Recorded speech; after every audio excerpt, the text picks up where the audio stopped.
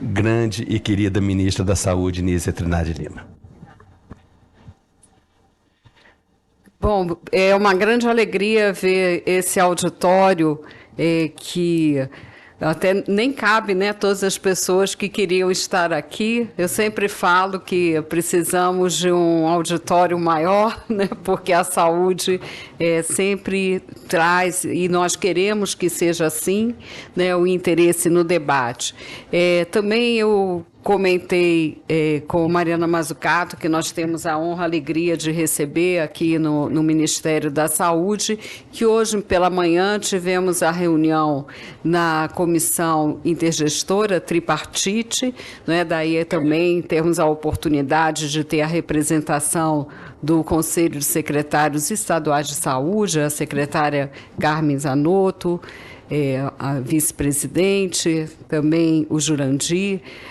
O Carlos já fez, eu acho, quase todas as referências, não vou repetir, mas queria falar da alegria também de estar com o Socorro Gross, agradecendo a Socorro Gross pelo apoio nessa iniciativa e, sobretudo, pela parceria.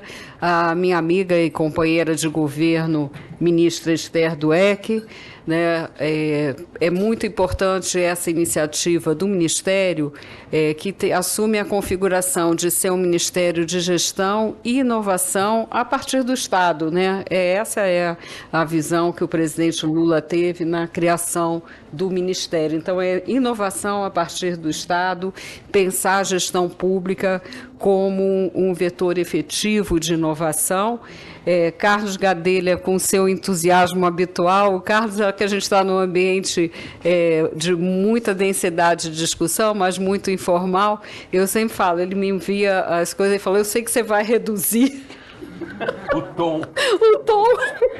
Então, mas que bom, né? Que bom você ser sempre entusiasmado e nos entusiasmar. Né? Eu tenho nossas secretarias aqui presentes, eu quero dar um abraço aqui a todas as equipes dos ministérios que estão aqui conosco, até porque eu vou fazer comentários muito breves, mas eu queria mencionar que as 4 dimensões colocadas que estruturam o relatório, passa o relatório para mim, tá aí, Carlos?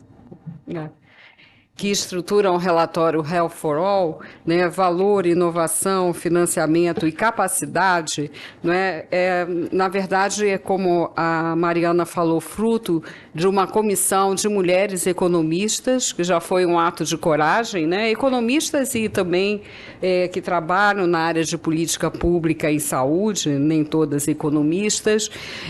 O relatório tem justamente essa visão de, ao invés de separar economia e saúde, ou pensar, ou mesmo a visão que, felizmente, o presidente Lula vem falando muito, né, da saúde como investimento, mas ele vai além, dizendo que a transformação da economia tem que se dar pelos valores da sociedade, por suas demandas, né? Então, acho que é uma abordagem que tem uma grande convergência com o que no Brasil discutimos há tempo, e a Mariana Mazzucato também é uma autora de importantes trabalhos do Estado Empreendedor, que ela mencionou. Hoje ela me presenteou com Missão Economia, então há muitas publicações em português, né, além de artigos. Então é um trabalho que está bem acessível e é muito relevante discuti-lo, Mariana, e eu queria agradecer a você por compartilhar essas ideias conosco. Também é importante compartilhar nesse momento que, durante o trabalho da equipe de transição, que na verdade foi um trabalho para dar subsídios ao presidente Lula, né, foi sobretudo isso, porque nós, na verdade, trabalhamos sem muito a transição que é saudável, que já aconteceu em outros momentos de mudança de governo. Mas foi muito rico, tivemos escuta com todos os setores.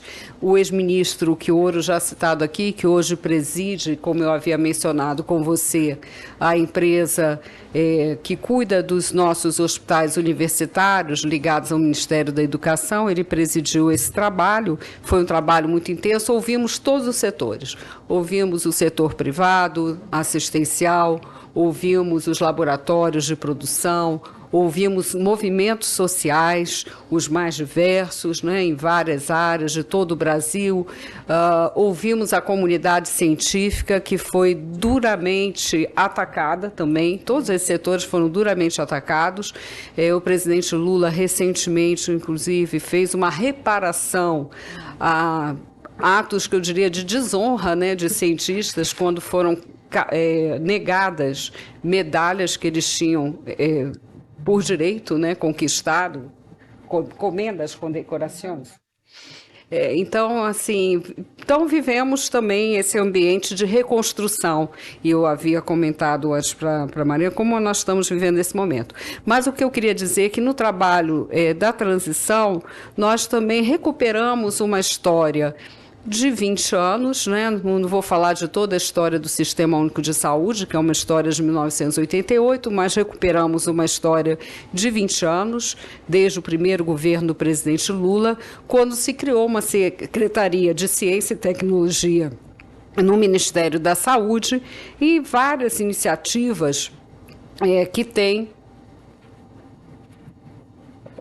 por orientação, né, por valor, essa visão holística, né, eu poderia dizer, da saúde, e uma visão de que não se pode dissociar a economia, a produtividade, a inovação, do acesso à saúde, da qualidade de vida, da saúde também no conceito amplo de saúde, né, que começou a ser discutido desde a Segunda Guerra Mundial, mas muitas vezes de uma forma muito idealista, né? Saúde não se deve ver pelo negativo, não é ausência de doenças, é qualidade de vida, né? Como promover isso, né? Eu acho que é nessa direção, e assim eu vejo que não só o relatório, né, mas toda a contribuição de uma economista que tem essa visão de transformação da economia e que nos recuperou aqui clássicos do pensamento econômico que muitas vezes são vistos no senso comum,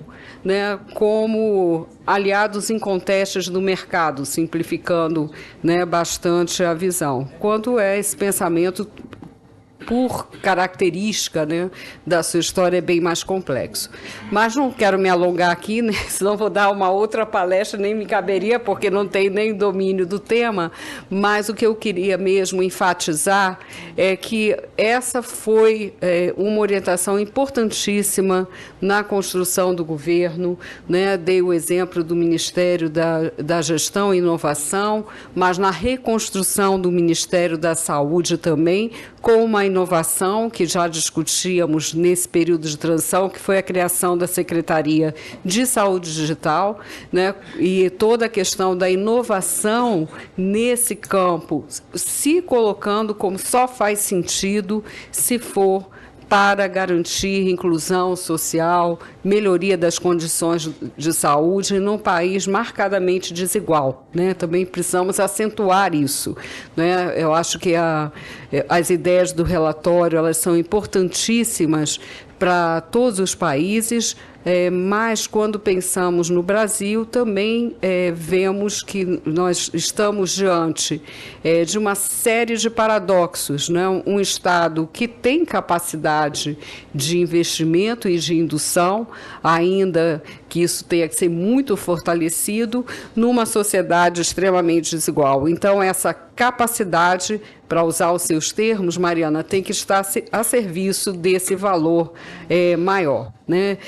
Então, eu fico muito feliz, eu creio que a sua palestra, de uma maneira muito clara, demonstra, né, essa visão, é uma mudança de pensamento que é necessário que se faça, e acho que hoje, nesse mundo pós-emergência sanitária, né, nós não falamos muito de pós-pandemia, porque temos a cautela necessária, né, de um vírus que ainda está em circulação e sobre o qual ainda temos muito, né, a aprender, mas eu sempre gosto de usar também a imagem da fábula da roupa nova do rei, né, quando o menino diz o rei está nu. Eu acho que a pandemia, além de ser a grande tragédia, né, que causou no nosso país 700 mil mortes mortes, muitas evitáveis, de forma também desigual, que eu não vou discorrer aqui, porque eu acho que boa parte dessa realidade você mesma conhece,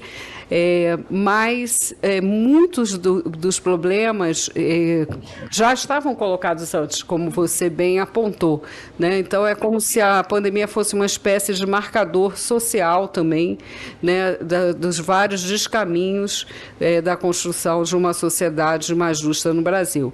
E, por fim, dizer que eu acho que na saúde, e aí daí, Esther, eu acho tão importante o nosso trabalho conjunto também, pela criação de um sistema único de saúde, o que você mencionou, de juntar o welfare state com a ideia, né, de um Estado empreendedor, eu acho que ela se coloca de uma maneira muito forte, porque isso está na base da própria criação do Sistema Único de Saúde, mas esse pensamento vem avançando nos últimos 20 anos.